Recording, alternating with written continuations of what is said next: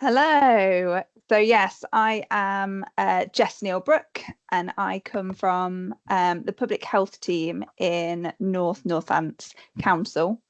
Um, just to say, as we go through, if anybody has any kind of questions or comments or anything, if they could go into the chat, Chloe will kind of keep an eye on those as I'm running through.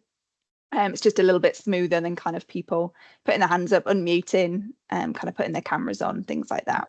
So I'm running this session today for an hour. Hopefully you're all expecting to be here for trauma-informed practice. I'm also running this session again later in the week on the 21st.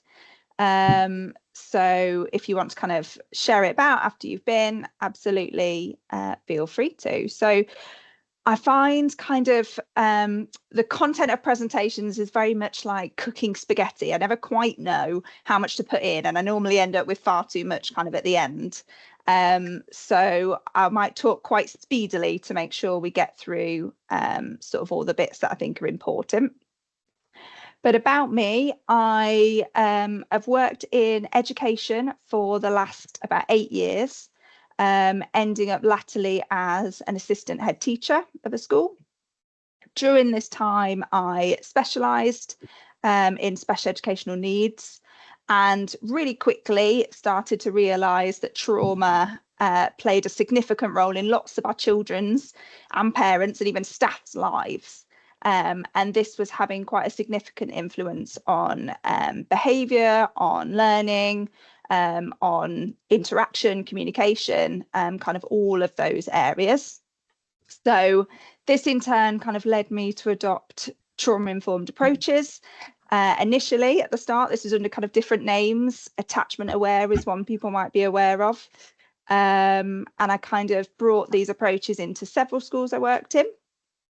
But now I work for Northamptonshire Council, and I raise awareness of this approach and how it can be beneficial across kind of all areas of the system. So not just education at all, kind of policing, social work, healthcare, probation, all those kind of areas.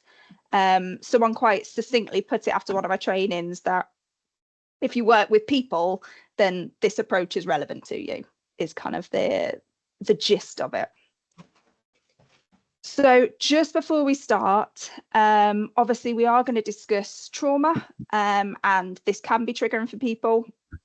You might be aware of yourself and things that may trigger you, or it might come as a surprise, kind of as we're talking things through. So just do whatever you need to do to kind of feel safe. So if you need to leave, that's absolutely fine. We won't be offended. If you want to hang around at the end of the call, I normally stay on for 5 or so minutes just in case anybody wants to have a bit of a kind of decompression space or maybe a chat. And also reach out to kind of colleagues, friends, family, whoever it is that can kind of give that support if you're feeling you need it. So this session is kind of very short in terms of trying to get a good grasp on the topic. So it's more of kind of a taster session, I'd say. And it's starting to share what trauma is, what trauma-informed practice is, why it's important, and what potentially we can adapt in our respective work areas to be more aware of trauma. It's about kind of holding trauma in mind as a possible reason for what may be in front of you. So we'll learn about trauma, what constitutes trauma. We'll talk a bit about adverse childhood experiences. We'll talk about trauma in the workplace, and then actually trauma-informed practice, so what we can kind of do with this knowledge, and the reflective framework at the end. So generally, having a better understanding of kind of trauma and its effects is good because you're more able to recognise and understand behaviours that may be presented to you, or you may be presenting yourself. We may be able to be more compassionate because we might have a better understanding. Might feel like we can be more confident and empowered in our roles with that kind of additional knowledge of trauma. Often it will help with our one-to-one kind of interactions with people on an individual level, but also it can affect some of the things we actually do within our job role. Like you might look at where you refer somebody differently if you're in a role where you do things like referrals or signposting. You might even look at kind of at a more systematic level, looking at your policies and practices and adapting those, being reflective of those, and maybe making adaptations based on kind of learning more about trauma. So trauma refers to highly stressful experiences that have a long-term psychological impact. So these can be one-time events like a car accident, a natural disaster, an attack, or it can be a build-up of prolonged stresses like neglect, abuse, prolonged violence over time. And whether these events are traumatic or not, so whether these events have a real long-term impact on somebody, depends on the individual. It's very, very personal to different people because there's lots of different factors come into play. The strength of the relationships around you, the connections you have with other people, previous traumas you might have experienced in the past, all affect kind of resilience. And can lessen or increase the chance of experiences having a long-term impact on us. So I often hear people kind of making comments saying that everyone's been through bad things in their life. You know, we have to get on with it, or I've had exactly the same thing happen to that person, but I'm absolutely fine. But the reality is we've never been through exactly the same experience. We are all different people. We have a different makeup, a different history, different support around us, which is why it's so important to really look at things on an individual level. In lots of our job roles, we'll see so many repeated experiences that feel like kind of mirror images of each other, but actually we have to realize they are different and they might require, therefore, a different way of us understanding them, a different way of us looking at them, and a different way of us reacting to them. Just while I continue to talk, in the chat, it might be useful for you just to pop a few ideas of things that you think might be traumatic experiences for individuals. So something that might be that one-time trauma, or maybe that prolonged stressor that causes trauma. If you just pop those into the chat. As well as the definition I've kind of put on the screen, which is the one that came out from the UK government a year or so ago. I also like this one at the bottom by Gabriel Massey, which says, trauma isn't what's happened to us, but what happens inside of us as a result of what's happened to us. Again, just pushing that idea of trauma is really, really personal. And it isn't for us to make a judgment on what is traumatic or not for somebody. That is very much something that they are the only ones that can kind of put that label on it. Just having a quick look in the chat, people have put things like family breakdowns, domestic abuse, poverty, absolutely.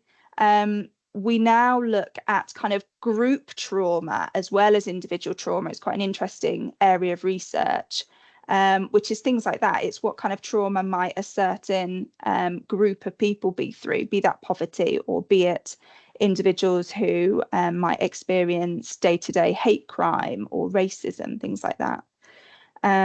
Absolutely, the passing of a family member or a close friend, war, bullying, job loss, COVID, absolutely.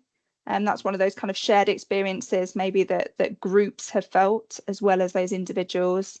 Bereavement comes up a lot. Absolutely, they're all kind of ideas of things that can be traumatic, can have that long-term impact. So I'll explain in a lot more detail what trauma-informed practice is in a few slides, but just so you can hold it in your mind while I'm kind of talking, when we refer to trauma-informed practice, we're talking about a strengths-based approach to kind of working, no matter what area you're in, that seeks to understand how trauma can be impactful on individuals, what impacts it might have, and individuals includes kind of ourselves as well, And then it uses that information to reflect on how we work.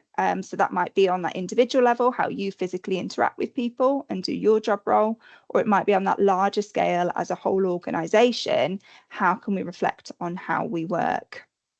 I like to kind of think of it as having trauma-informed practice in two ways. I kind of call it trauma-informed practice with a lowercase t, which is that individual doing what we can to adapt how we act and talk and work. And then that trauma-informed practice with a capital T, looking at that systematic way of how we adapt our whole organizations, kind of ways of working bit by bit through policies, practices, environments. To kind of put it as an example, in my kind of teaching role, initially I started to do trauma-informed approaches in the classroom with the kids that I worked with, small interventions with those that I come across. And then the more I learned, the more my job roles changed, the more awareness we kind of have. I started to say, hang on, this is something that we can look at on a much wider scale. There are things we can do, you know, kind of as a whole school that can take into account trauma and kind of mitigate some of the impacts and support that healing process. Ultimately, the aim is to make kind of all our work areas as psychologically and emotionally safe as possible for service users, students, clients, however you kind of label those that you work with, and also for you and your colleagues. And trauma-informed practice is not about offering specialized support. You might think of things like therapy. Instead, it's about everybody doing kind of small things over time that eventually have a large impact. If you go to somewhere like therapy, it's amazing, but in reality, it's probably half an hour once a week. What I'm advocating for is making environments as safe as possible to support healing outside of this. No matter what area of work you're in, this will pay dividends. And if we do this over lots of different areas, if we kind of connect as a system and buy into this approach, actually individuals will then have those touch points all the time that are trauma informed, which build up safety and trust and that kind of emotional safety. So I'm going to talk a bit about kind of children and trauma here, but remember, all adults were once children, and lots of these impacts absolutely work kind of all the way across the life course. So when trauma and toxic stress occur in childhood, you might have heard of it referred to as adverse childhood experiences, which is often shortened to ACEs. Now, a little kind of pop quiz, I guess. What percentage of its adult size do you think a brain is by 2 years old? So a child that's 2 years old, what percentage of their kind of adult brain do you think they have already developed? Have a pop in the chat. See what people think. What percentage of its adult size do you think a brain is by the time you are 2 years old? 60%, 50%, 80%, 20%, 10%, 30%. Loads of different ideas, a real big range there. 50%.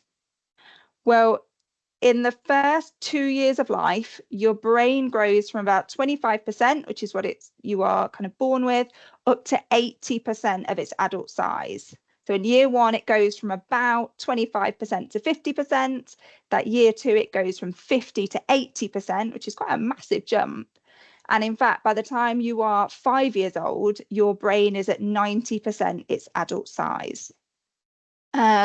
We all know that brain development begins before this, kind of in the womb. A mother's experiences while she is expecting can have long-term impacts on a growing baby.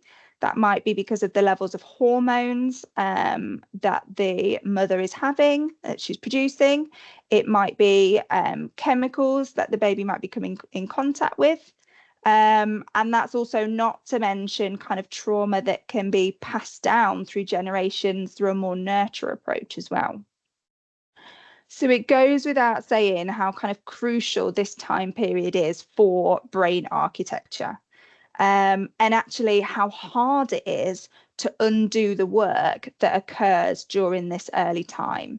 If children are exposed to trauma at this kind of early age, it can have physical and psychological effects that affect them throughout their whole life course.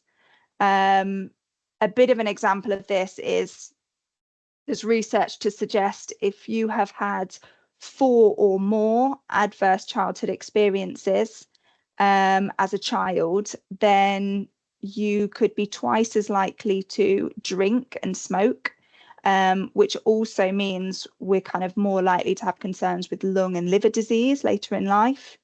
We are 4.5 times more likely to develop depression and have mental health challenges, 7 times more likely to be involved in violence, and that might be as a perpetrator or as a victim, and 11 times more likely to end up kind of in the justice system and using drugs as well.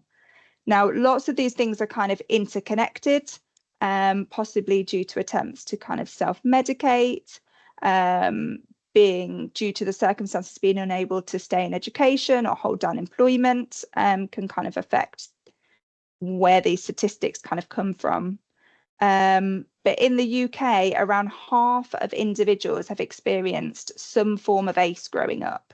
So half of adults, when sort of researched, about half of them have experienced some form of adverse experience growing up. And around 10% have experienced 4 or more, which is often the amount that's kind of heavily researched. This is way more common than kind of I expected before I was kind of looking into this kind of things, and I imagine probably more than you expect as well. But what's really important to talk about at this point is also protective factors, so things that can limit the impacts those experiences can have. Having adverse childhood experiences, going through trauma, is not kind of a prophecy for the rest of your life. It's not a kind of flight path that sets out that things are going to happen to you, because things like relationships, strong connections, all play a really important part in kind of healing and getting the right support to support through kind of traumatic experiences. When we talk about trauma, what we're really talking about, the kind of root of it, is the body feeling unsafe. And that might be because there is a threat in front of us, or that might be because our body is hyper vigilant to threats because of things that have occurred before. So it's all about our body feeling unsafe.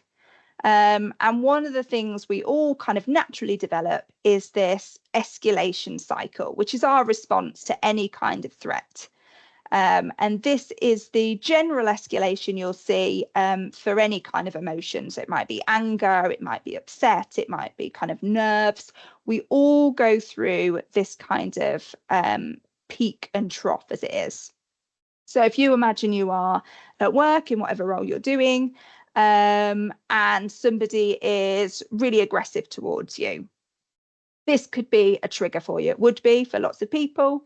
Our body starts to feel quite unsafe. Our brain is telling us we are not safe, and it needs to respond. So we start to kind of have an acceleration. And if we are really concerned, if our body and brain is really concerned, then we get up to this peak point where your body says, hey, this is too much for me. I really need to protect myself. And we go into the idea of kind of fight, flight, or freeze territory.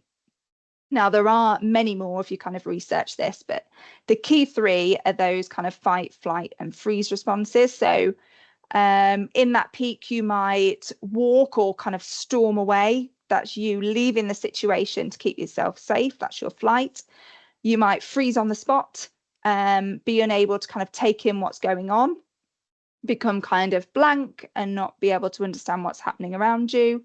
That would be freezing. Or you might kind of fight fire with fire, give them hell for leather back, and that's you kind of in that fight mode. They're all different ways of kind of protecting yourself. That's your survival mode.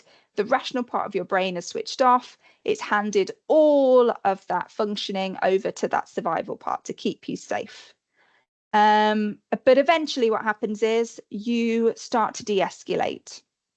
So you go somewhere, you maybe remove yourself from the situation, maybe whatever is causing the situation is no longer there, and your body can come into this de-escalation, and it can lead you all the way down back to a calm kind of recovery space. I would often find that with children in schools, that de-escalation actually continued because there was so much energy used in that kind of escalation that we'd often find in the de-escalation, children would kind of fall asleep if it had been a really kind of heightened experience that they'd been through. As adults, we're more likely, if you've ever had anything happen, you might sit there and kind of doom scroll on your phone, or kind of just find yourself staring at a blank wall for a while. It's your body kind of doing that reset and getting you back to that kind of calm level. So the way you de-escalate is that threat goes away, or you reach a place or a person that makes you feel safe. You're no longer unsafe. You're in that space of feeling safe again. Your body starts to trust that it doesn't need to protect itself anymore. And this is the same kind of cycle for children and for adults. The problem is not everybody is able to de-escalate. Imagine that you have had something that has triggered you, maybe that person that's been aggressive, you're in that fight, flight or freeze mode, and actually you don't have anywhere safe to go. You don't have a trusting adult to go to talk to. Maybe home is abusive or violent. How does your body react? By constantly being surrounded by danger and having no kind of break from that? Well, it keeps staying at that alert level for as long as it can or as long as it needs to. Your body isn't allowed to reset. And if this happens, we often call it kind of chronic or toxic stress. It's staying at that peak level of stress for a really long period of time. Now, the effects of living life at this high level of alertness, quite literally, it just wears the body out physically and mentally. So like constantly revving your engine, eventually it is going to break. You can't work at that kind of high level. What we can also see with individuals that have been through traumatic experiences is that actually they are like Usain Bolt in terms of getting from trigger to peak. Their body is so used to relying on past experiences, saying, I've been through an experience like this. It was really damaging for me. It was really unsafe for me. Therefore, I go from that trigger straight up to that peak of I've got to protect myself. And that can be really damaging in situations where actually they don't need to be that responsive. If you think about maybe individuals you've kind of been in contact with, has there ever been people who seem to react super quickly and really over the top to something?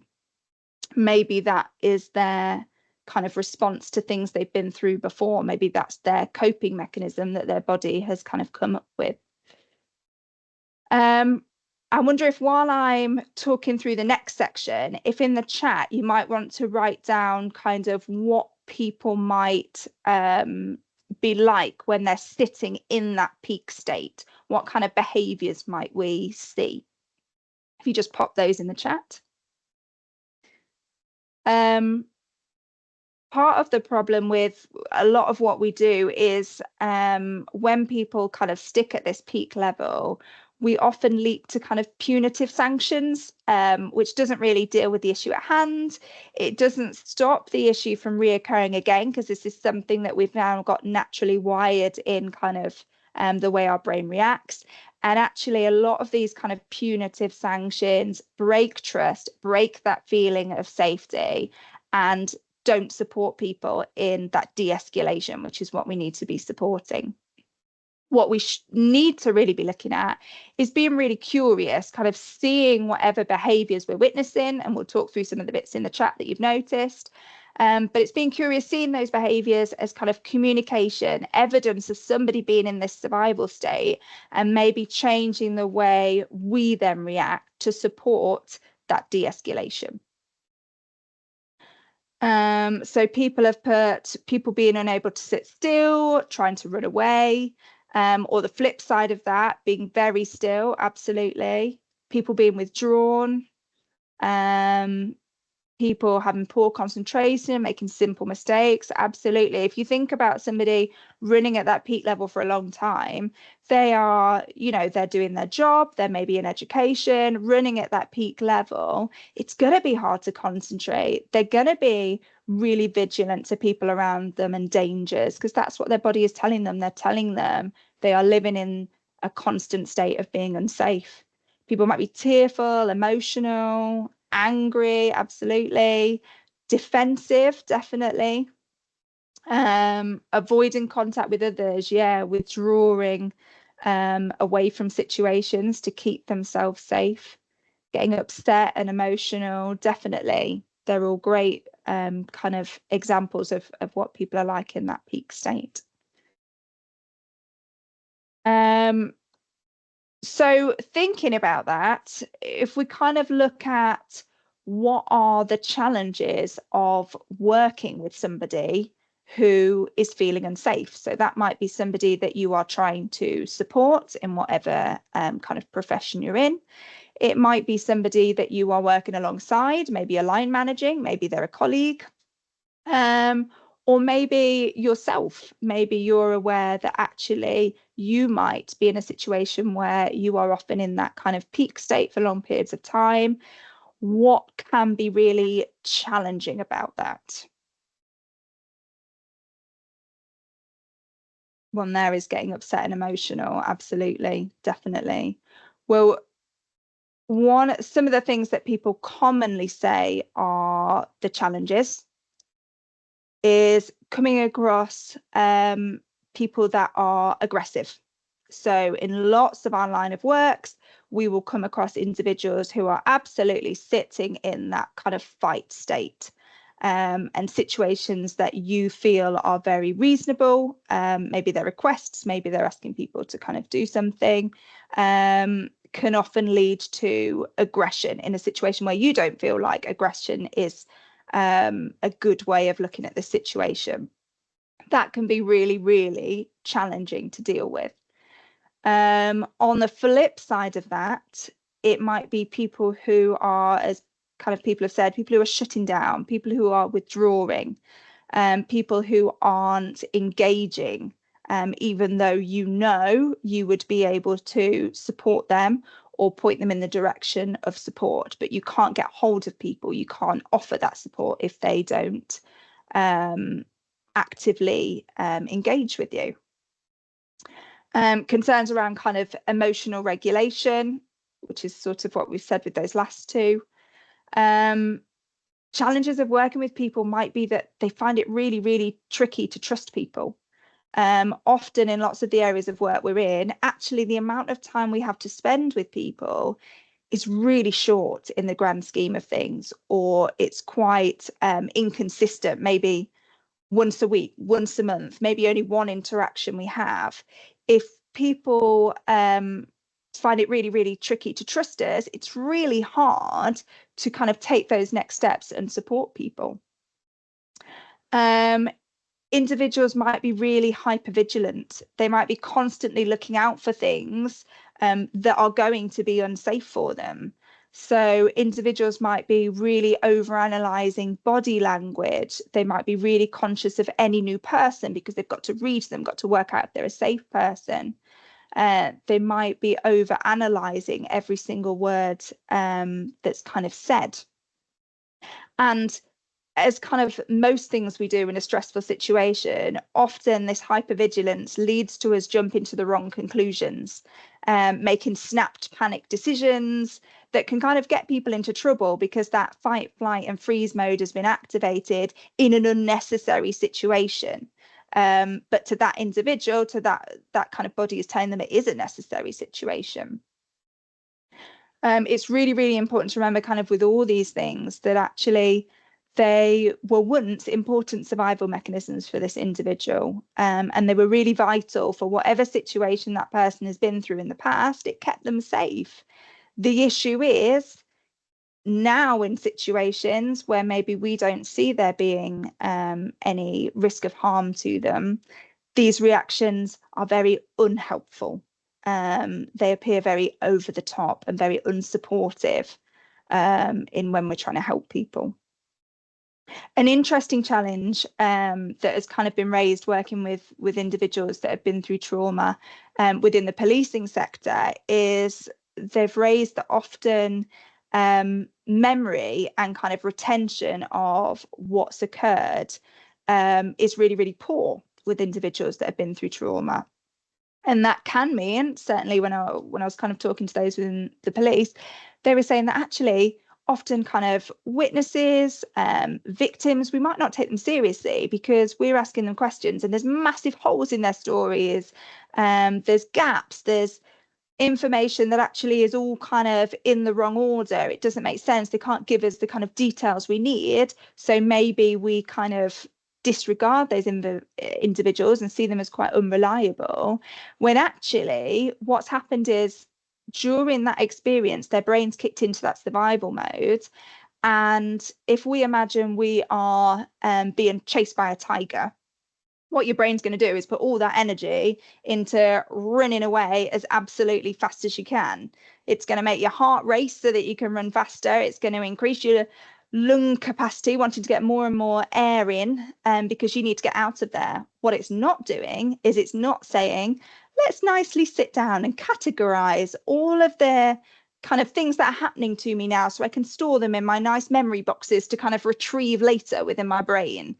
And that's exactly the same with any kind of trauma situation. Our brain is not relying on kind of that memory side of things. It's relying on those things that are going to keep us alive. So it's important to kind of look at individuals that maybe if memory and retention is a concern, maybe that's something due to the fact of the experiences they've been through or been through in the past. But that doesn't mean what they are able to share isn't reliable. Got to look past that and kind of look around it and be curious as to what is and what happens. Another one we're looking at is kind of what people kind of coin risk-taking or risky behaviours, substance misuse, self-harm, often to kind of lessen the daily effects of trauma. People look to kind of self-medicate, to artificially support that deregulation, what is going to allow them to deregulate. And sometimes people find that is alcohol, or that is kind of substance misuse, and that allows them to do that artificial deregulation. And again, it's important for us to be curious about these behaviours. You know, what is that a symptom of? What else might be going on here that can help me in supporting this individual? Now, going on to kind of use that idea of that real brief understanding I've kind of given of trauma and how it might impact on us, to talk more about trauma-informed practice. So trauma-informed practice isn't totally new by any respect. In fact, it's kind of born out of lots of other successful approaches, but just kind of weaving them together. So you might have heard of psychologically informed environments, attachment awareness. All those kind of things are very, very similar approaches that use very, very similar kind of practices. But what I think makes trauma-informed practice that bit more unique is the way it also puts an onus and an importance on supporting all individuals. So that includes everybody on this call, that includes everybody that you work with. It's not just those that you might coin as your service users or whatever term you use. It is also yourself, your colleagues, your members of staff. Without kind of being too cheesy, these two quotes are really, really important. You know, you have to put on your own oxygen mask first to be able to support anybody else, to be useful to anybody else. And none of us can pour from an empty cup. I'm sure lots of us kind of on here can talk about situations where you really did get to an empty cup, where you felt like you had nothing else to give, that things have got quite overwhelming, and you're not able to be as empathetic, as supportive. You don't have that emotional capacity that you would do if your own kind of well-being, your own cup was kind of filled up. We can't look after other people unless we look after ourselves. It's literally as simple as that. And I put trauma-informed practice as kind of new approaches in probably two of the schools that I worked in. One of them, it worked really, really well. I mean, staff were on board, leadership absolutely bought in. We spent inset days making regulation spaces, changing our environments to be more aware of trauma. We looked at having kind of shared language we can all use to make sure all our interactions were quite similar for the children and the staff we were working with. And it felt really successful. Felt like we really managed to kind of integrate trauma-informed practice into there. I then moved into another school full of kind of enthusiasm, thinking, you know, this is something that this school can really, really benefit from. These are the kind of challenges that they're experiencing that we can mitigate against in some respects. But it went terribly, basically, because it was like I was going in and asking teachers to do all of their lessons while standing on their head from now on. I got absolutely nowhere. I found it really, really tricky. I was trying to do those kind of small interactions and making those changes individually, but there was just no buy-in on any kind of larger scale from that. And it took me a long time to realize that was all down to the workplace wellbeing. Lots and lots of the staff in that school really were running on empty cups. They had nothing left to give. They had nothing emotionally extra that they could put into kind of adapting what they were doing. So we really peeled it back and we worked on working on that first.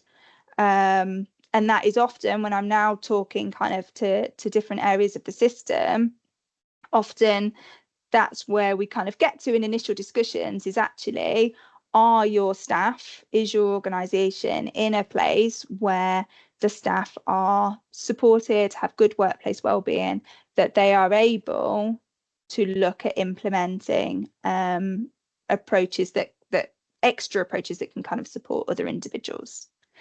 I was reading the other day, in fact, that I think it was a social care research said that those who are in traditionally kind of caring professions are actually more likely, when they researched it, to have experienced trauma in their own lives. So even more reason why it is important to look after ourselves first, because that will then pay dividends with supporting others as well. So it's really, really important to think about kind of things that might be traumatic for us within the workplace as well. And it's important to notice these things kind of in yourself and those around you. And if you do notice these in yourself or in your colleagues, please reach out, look after yourself. Because if you don't, in the long term, it can be really damaging. And I'm sure as I kind of start talking, you might start thinking about some of your own experiences, or maybe a colleague pops into your head. Please, you know, take that little bit further, be kind, reach out, and be that for yourself or for somebody else. Because these things are actually quite common in workplaces now. So if we look at things like burnout, if we kind of start unnaturally on that side and work our way down. Burnout's something you might have heard about. It happens often really slowly, and it's kind of a build-up effect. So it's when we feel stress, which is a very, very common and quite healthy in many respects emotion to feel. It means we meet deadlines. It means we get work done to our higher standards. It kind of keeps that little bit of pressure on ourselves, but it's manageable. What happens with burnout is when we have that stress that is exceeding our ability to cope. It is a really continually stressful environment or situation that you're dealing with. And over time, that's exceeded your capacity to cope so much that you burn out and you kind of have that toxic stress, that buildup of stress. Symptoms of that can be kind of procrastination, fatigue, cynicism, kind of a poor future outlook, dissatisfaction with where you are, with those you're working with. And that can kind of be the idea of burnout. Something similar is compassion fatigue. And that is when within your work or maybe at home, you have repeat exposure to trauma. So, for example, if you are a social worker, you might go out and see, lots of different people. You might read lots of different files, and you might deal with consuming trauma a lot through your work.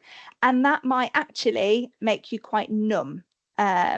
You might notice that you're acting very differently to how you would have done, for example, as a newly qualified.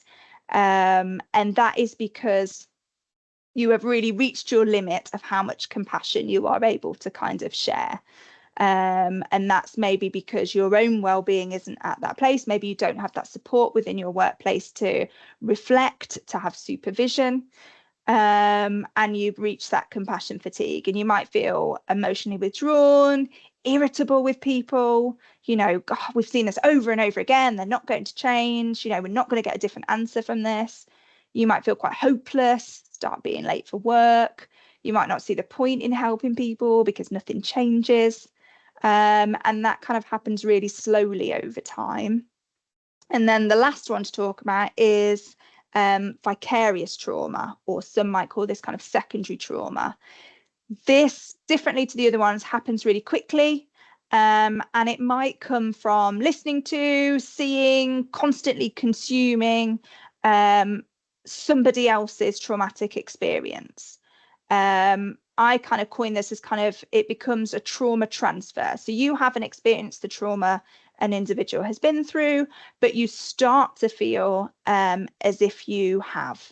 So you go through those similar symptoms as people who may have been through trauma firsthand: depression, insomnia, hypervigilance, nightmares, anxiety, obsessive thinking. You really kind of take a piece of that person's trauma and kind of hold it in your own body. An example of this is my dad's a police officer, and when I was a newborn, he was talking and went to a situation where there was a cot death. And he personally had a really, really strong reaction to this because of having his own kind of baby at home. And it had a really significant impact on his mental health because he took a piece of that trauma that family had been through, and it impacted him personally in a very similar way that it would do for them. So they're kind of three ideas of the main kinds of trauma you might experience, you might have already experienced in the workplace, or you might notice in colleagues. And it's really important to be aware of them and to keep a check on it. So again, what can we kind of do with knowing all this? What actually is trauma-informed practice? I've kind of spoken about it a lot.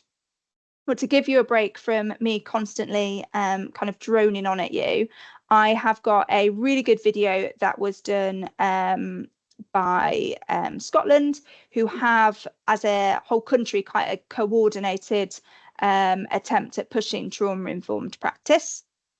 So what I'm going to attempt to do is stop sharing this screen and nice and smoothly, hopefully,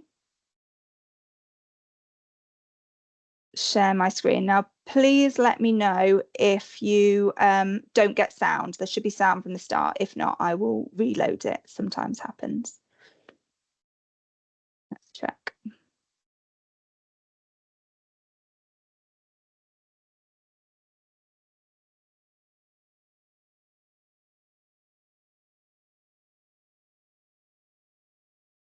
I can't hear anything. I'll try it again.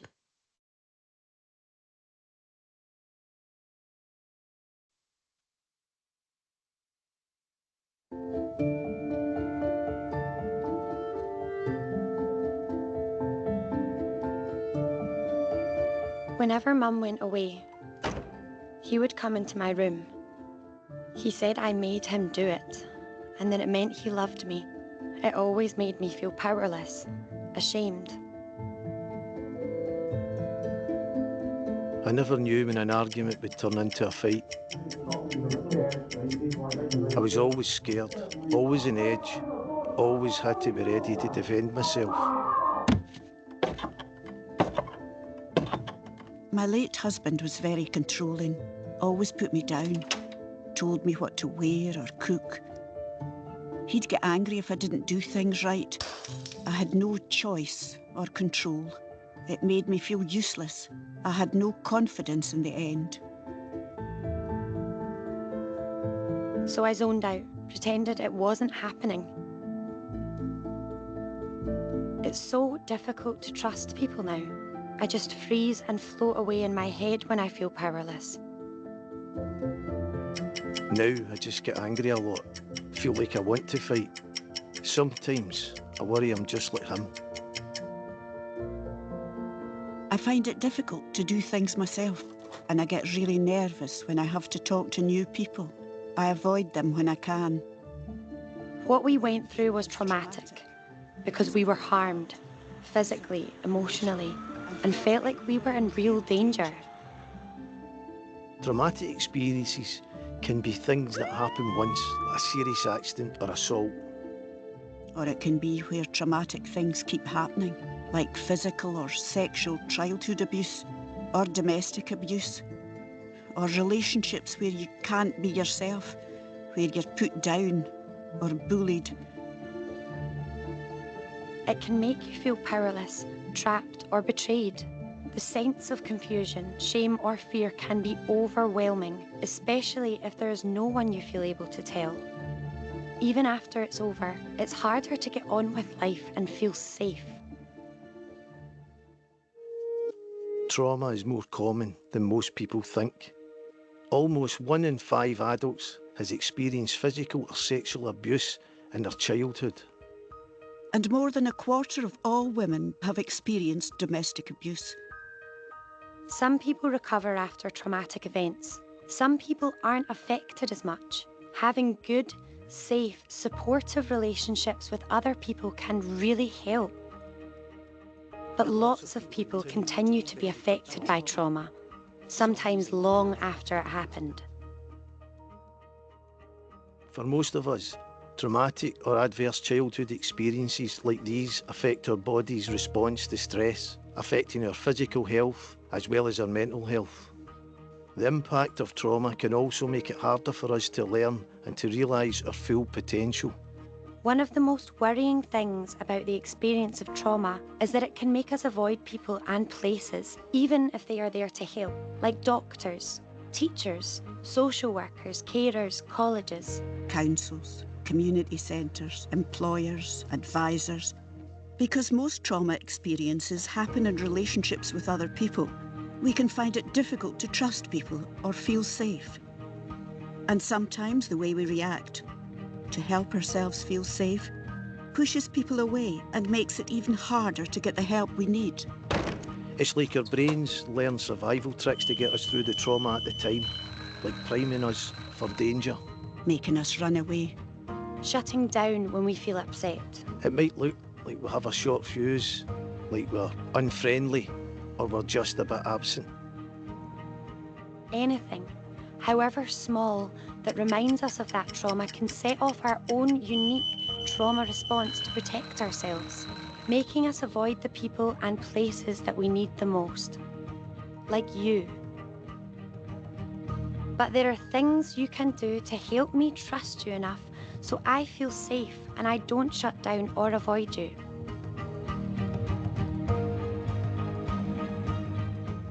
You can offer me a different relationship that doesn't remind me of the one I had when I was a kid. One where I feel safe, I feel empowered and I have choice and control over what happens to me. One where we work together and I can trust you. This is called being trauma-informed in the way you work. Being trauma-informed means thinking about what will make me feel safe. It might mean offering me choice over the sex of the person offering me care or support, especially if it involves intimate care or examinations. Unfortunately, your usual care worker Heather's off sick. We'll be sending someone else instead. Do you have any preferences about who comes instead? Well, I'd feel more comfortable with someone I've met before. Most importantly, I'd like a woman. Well, how about June? She's worked with us for 3 years. If there's anything you'd like her to do that Heather normally does, just ask. Trauma-informed means empowering me to have control and take an active role in what happens to me. We know some people don't like coming to the dentist, so is there anything that you're worried about or scared of? I can tell you each step I'm doing, so there are no surprises if you'd like. If you need me to stop, how will you tell me? Trauma-informed means helping me to trust you by being clear about what will happen, doing what you say you will do when you said you would do it. Unfortunately, our advisors are running about 30 minutes late. I'm so sorry about that. Are you able to stay, or can we make another appointment for you? Many of us at work will have had our own experiences of trauma in our own lives, or we might witness or hear about it in the course of our work. So the same principles apply to all of us. We all need to take care of ourselves by making sure we're safe and connected to the people and activities that matter to us. Can you think of anyone you've met or worked with recently that a trauma-informed approach would have made a difference to? Are there any trauma-informed changes you might make that could make a difference? So if you offer me safety and choice, if you collaborate with me and empower me and help me trust you, then you will help me work with you. Even if I only meet you once, even briefly, you can give me a different kind of relationship. One where I feel valued and valuable, connected and safe. And when that happens over and over again with everyone that I meet, I can learn that it's safe to make connections with people. It is those connections that we all need to access life chances and reach our full potential.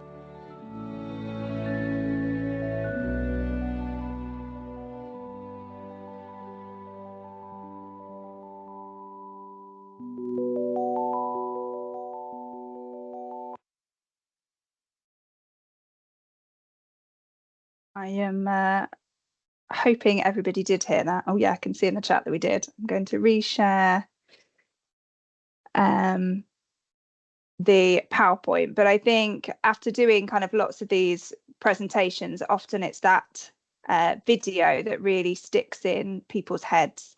It's a really good summary of kind of that explanation of how trauma might affect people, seeing those individuals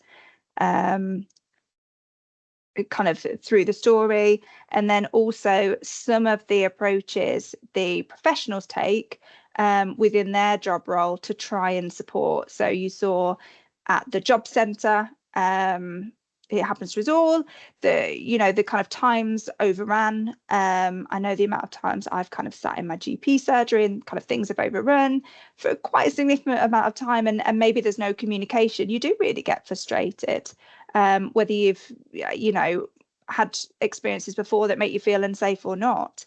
So in that experience in the job centre, she couldn't suddenly get him into an appointment on time, but what she could do is offer him a choice. She says, are you able to stay, or actually do I need to make another appointment for you? Is that what's going to work better for you?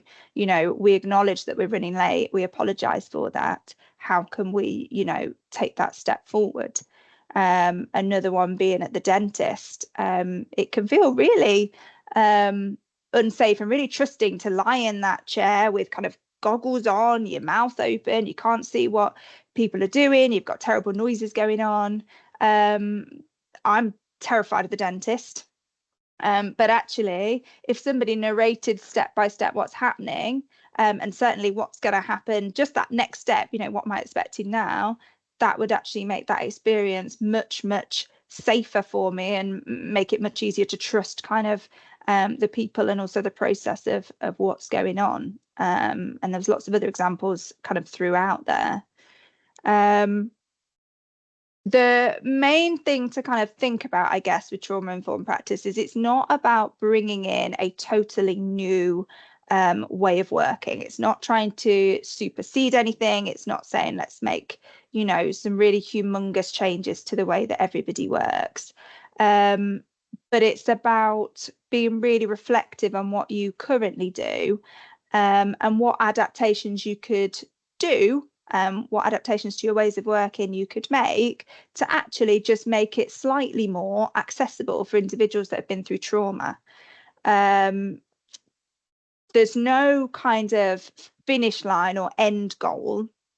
You won't often find, although the odd company may, but you won't often find people kind of giving certificates or badges for this organization is now trauma informed, because actually it's a constant state of reflection. So what might be working for that organization at that point, actually I'm sure there's other things that by talking, communicating with those around them, that they could actually continue to make. So it's a real constant journey of being reflective, but it's done in a real piecemeal approach. So often people kind of break it down and say the first thing, if this isn't something that's already in your work area, if trauma informed is kind of a new thing and you're beginning out in this, then we talk about starting by being trauma aware. So making a commitment to wanting to work in a trauma informed way, and sharing with kind of staff a basic understanding of trauma and its impacts. That's kind of a real first stage. Let's get people all on the same kind of level of understanding. The next thing we'd kind of think about as being, let's move to being more of a trauma sensitive organisation, and that's looking at getting trauma informed principles informed in some of the work we're already doing, and I'll go through what those principles are. But it's looking at where can we make links between the things we're already doing and some of these principles that mean we can work in a trauma informed way or a more trauma informed way. So it's kind of like slowly feeding it in. You might then look to be what we would kind of coin as trauma responsive. So now everyone's kind of got that awareness, they're looking at how it can link to the work. Actually, let's start adapting some of our practices, maybe some of our policies, the way they're written, with a trauma-informed outlook. How can we adapt what we're doing and really put that kind of down into writing and share that with all our staff? So again, we're all on the same page.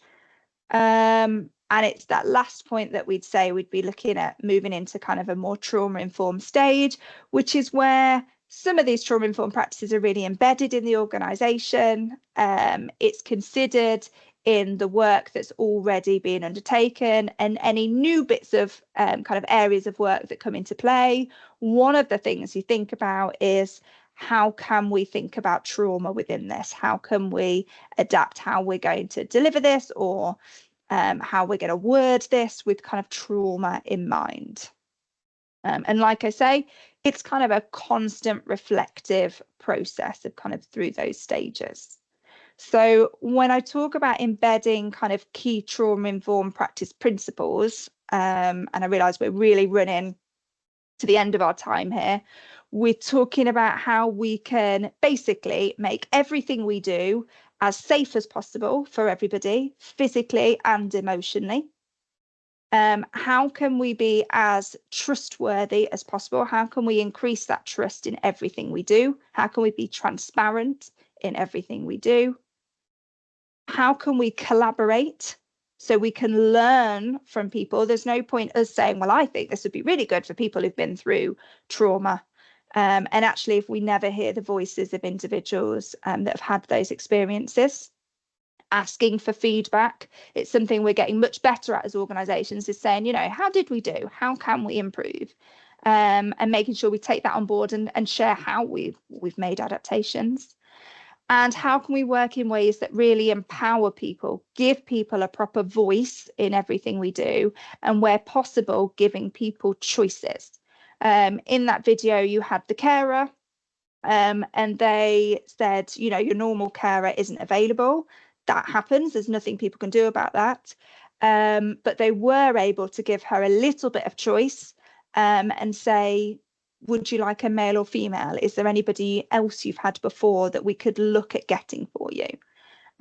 So again, it's not necessarily about making massive changes, but it's about looking at how we can embed safety, trust, collaboration, empowerment and kind of choice in everything that we do. So you all come from, I had a little look, you come from a real kind of vast array of different professions, different areas even. So the way you embed trauma-informed practice will be very different, which is quite hard to be specific. I can't kind of say, right, if you do this, this and this, you know, you'll be on that trauma-informed journey. It's much more nuanced than that. It's about kind of understanding what you are trying to gain from this, you know, people feeling safe, people feeling trusty, and how you can adapt that to your work area. So there's some kind of broad things we've put in there. So kind of offering choices, avoiding re-traumatization through de-escalation techniques. Sometimes what we call de-escalation techniques actually aren't. They might be kind of physical holding, things like that might need to be adapted. Definitely looking at that kind of workforce well-being to avoid burnout, and other areas of trauma. Supporting whole families, understanding that if you have, say, a child that has been through traumatic experiences, chances are, you know, those that support that child will also have been involved within that. Making trauma-informed workspaces, looking at colleagues, how is the way that we work as a line manager, say, trauma-informed. I think the best way I always found in schools is if you put in these approaches kind of as a blanket, almost everybody benefits. So what I kind of mean by that is that nobody's expecting you to go out and be kind of an investigator and diagnose people and say, I've noticed this behavior on that person, therefore they've been through trauma and I'm going to talk to them and, you know, and say they've been through trauma. It isn't about that at all. It's about making a whole system that works in a trauma-informed way, that takes kind of into account that anybody could have been through trauma. And it isn't for us to go and kind of spot people out and try and work out who that is, but it's about us generally working in a way that supports people in that trauma-informed way. And I can bet you bottom dollar lots of the things you do will also support people who haven't been through trauma as well. So just to kind of end, part of, well, my role within public health is to support this approach and to try and share it across the system, to kind of join us all up so that we can work in a really trauma-informed way across Northamptonshire. So one thing we are able to offer is some trauma-informed practice training. This information has already been shared, I think, kind of widely by the NSAB, and hopefully there might be some links we can share with you on that. That training now has really, really limited places on it. So if it's something you are interested in, I will pop a link into the chat at the end so that you can see if you can kind of grab spaces on that. We do it on a 2-tier basis. So the first tier is a much better understanding of kind of trauma and trauma-informed practice over about 3.5 hours, the first session is. And the second session is a whole day one that really looks at, now you've got that understanding, how can you look at implementing this within your work area and supporting you to be reflective within that. Or I can see in the chat, do you cover West Northants as well?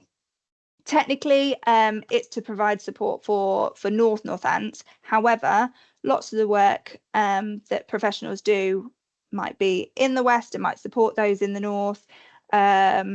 So you're kind of more than welcome, as long as it helps, support that system as a whole.